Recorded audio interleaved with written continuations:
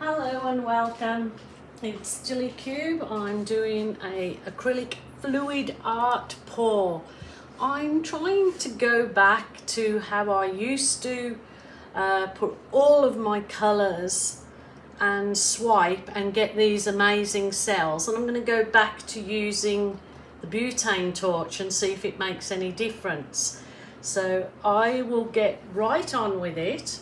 I'm just going to pour all these wonderful colours that I have over my canvas and yeah, basically see what we get. That's actually white, is very runny, but I'll give it a go. So this is, I've pre-mixed all of these colours. I do have video links underneath this video if you want to have a look how to make up your acrylics as pouring paints. I have the recipes, they're in the drop down box underneath this video and there'll be links there. So I've just poured that white on very thin. It's mixed very thinly. I can see I've got some chunky bits in there, but never mind, mixed media, all good. So I'm just tilting it over my canvas, and for some reason this is very bitty. So maybe it's been kind of made up for too long. Got a big chunk there, so I'll get my tweezers, pinchers, and get that bit out. Yeah, it was a hair or something. So not worried about what I've left here, because like I said, I'm going to pour all the other colours over it. I'm going to try and achieve, like I used to be able to achieve, these different kind of cells than I seem to be able to achieve these days. Right, going over with this is purple, so it's basically doing a wiggles all over. Just lovely patterns. It's therapeutic to actually pour this way, so I definitely recommend it. All good fun. Now I'll go with the brilliant red.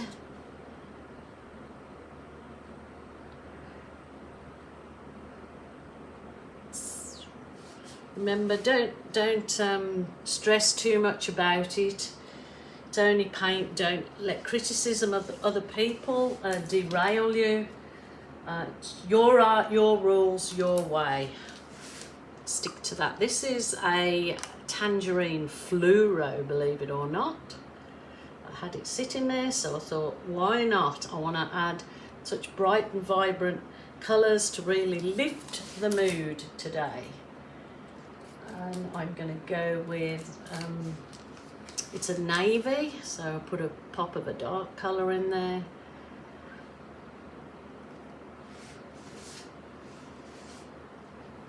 I just used to so love doing these kind of pours where it was just going for it, not really caring too much how the paint was laid. This is metallic gold. It's the champagne gold. So this will add a lovely shimmer to the whole effect because it's got the metallic in it. And when it rolls over the other paints, it will really create a lovely effect. Then I'm going to really put in the mix. This is lovely turquoise. You think, oh, it's too much paint. Remember, it's fluid, so I haven't actually used much paint. I've used more of the pouring medium, which is a very reasonable part of this process. One more. I know you say too much. This is yellow deep, so I'm going to really add this for the pop of colour, as if there's not enough pops of colour there. I'm really hoping I can get my old, I used to call them Gilly clusters, like cluster cells, come up, and it really creates a magnificent effect. So next part is now just the gentle tilt. You just gently tilt all your paints so they're rolling over each other and hopefully not mixing into a big muddy mess. I've got a feeling that white I put Arna was just too runny compared to the other paints, and it's really making this move around. But you never know, might get some awesome effects that I've never got before. You just don't know. It seems that every time you might mix your paints in exactly the same way and they come out differently every time. So that's the beauty of this particular acrylic pouring art. So just tilt it so it goes all over your edges, so it coats your edges with a nice finish as well. There you go. I mean, you could very well leave it like that if you're happy with it. And what I need to do now is just re-center the paint so it's all back re-centered. There you go. It's been a long time since I did a big, this is a 55 by 50 canvas, and it's been a long time since I actually did this particular pouring technique. Now I want to use, I made up my own kind of deep aubergine colour. It looks more brown there, but I just mixed this, I mixed Floetrol in this so I can try and get my lovely cells, and I'm going to do the swipe down the centre. Can't even find my swipey tool. Where did I put that? Where on earth? Okay, I need another one. Okay. You can use these over. They were soft plastic file dividers. So just gently let that tip of your file divider fall into the paint and draw it through all of your colours. Just slowly. Nothing happening as yet. So let's hope that I can get those colours all back up. And again, just let it drop in.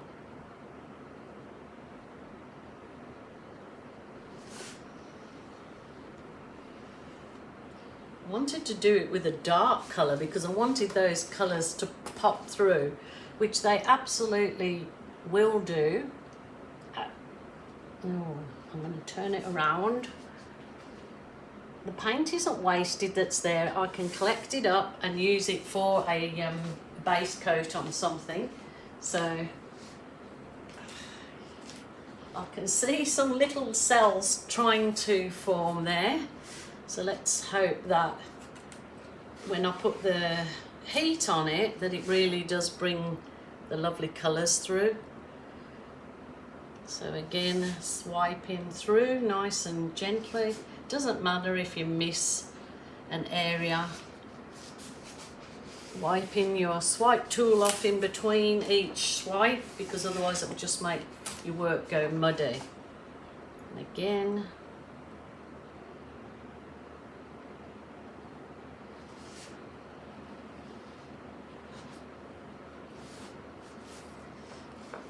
At the moment it don't look too crash hot, does it? But bear with me, have faith. Oh, usually, and the safest method is to use a heat wand, goodness, which is just a, plug-in electric heat wand.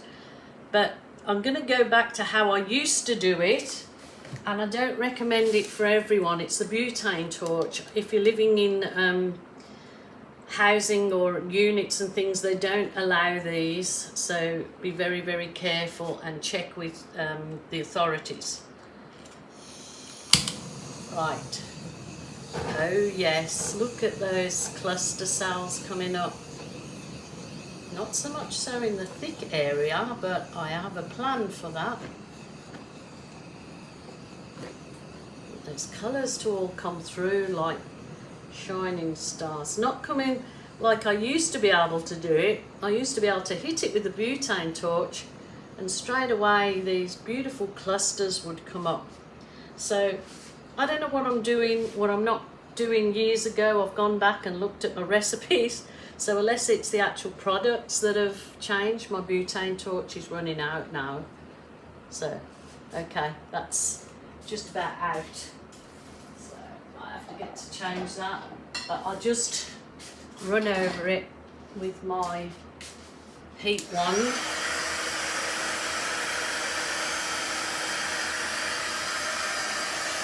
Not really getting much come through.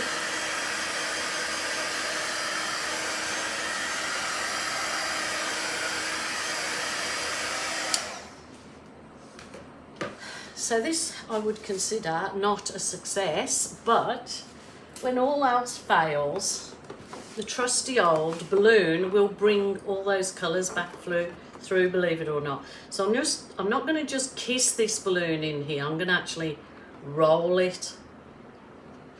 And look at that. Feathers, gorgeous, gorgeous feathers, and all the colours will start to come through that I've used in there. Oh my goodness, that is beautiful. So there, where I don't like that piece, I'll give it a good balloon kiss, and it's like berries in heaven, berry heaven for sure. This paint could really be left for half an hour and then come back and balloon kiss it, which what I might do at the top. But just be sure to wipe off your balloon in between every kiss. If your paint is the correct consistency, it shouldn't matter how hard you press your balloon in. It won't go through to the canvas if your paint, should I say, is the correct consistency. Oh, look at this. See, by doing these little feathery effects, you're bringing all that paint through the colours that's underneath. That could do with another roll over. But I really believe that this is going to benefit from leaving it for a little while, for the paint to absorb into the canvas and dry off a little and then come back. But oh my goodness, is it getting some lovely effects. Oh, look at that red. Wow, wow, wow.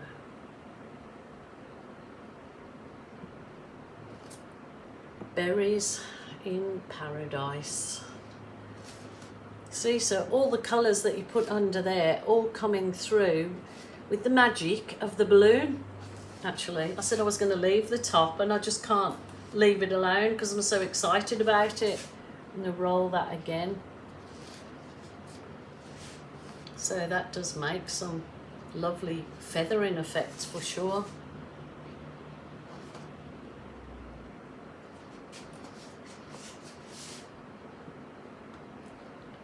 And I'm hoping that more of the colourful cells pop through.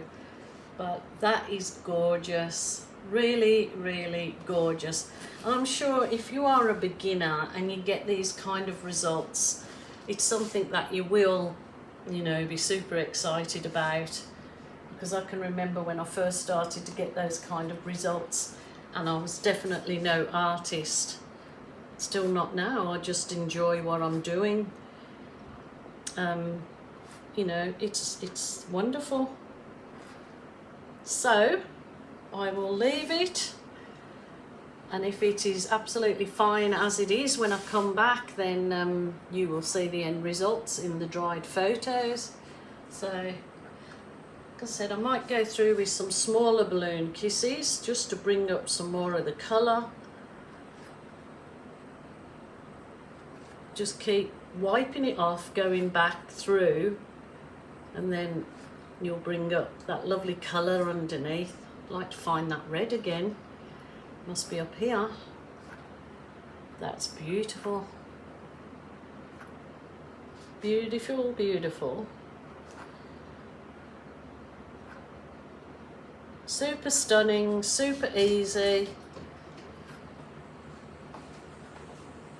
Lovely berry effect.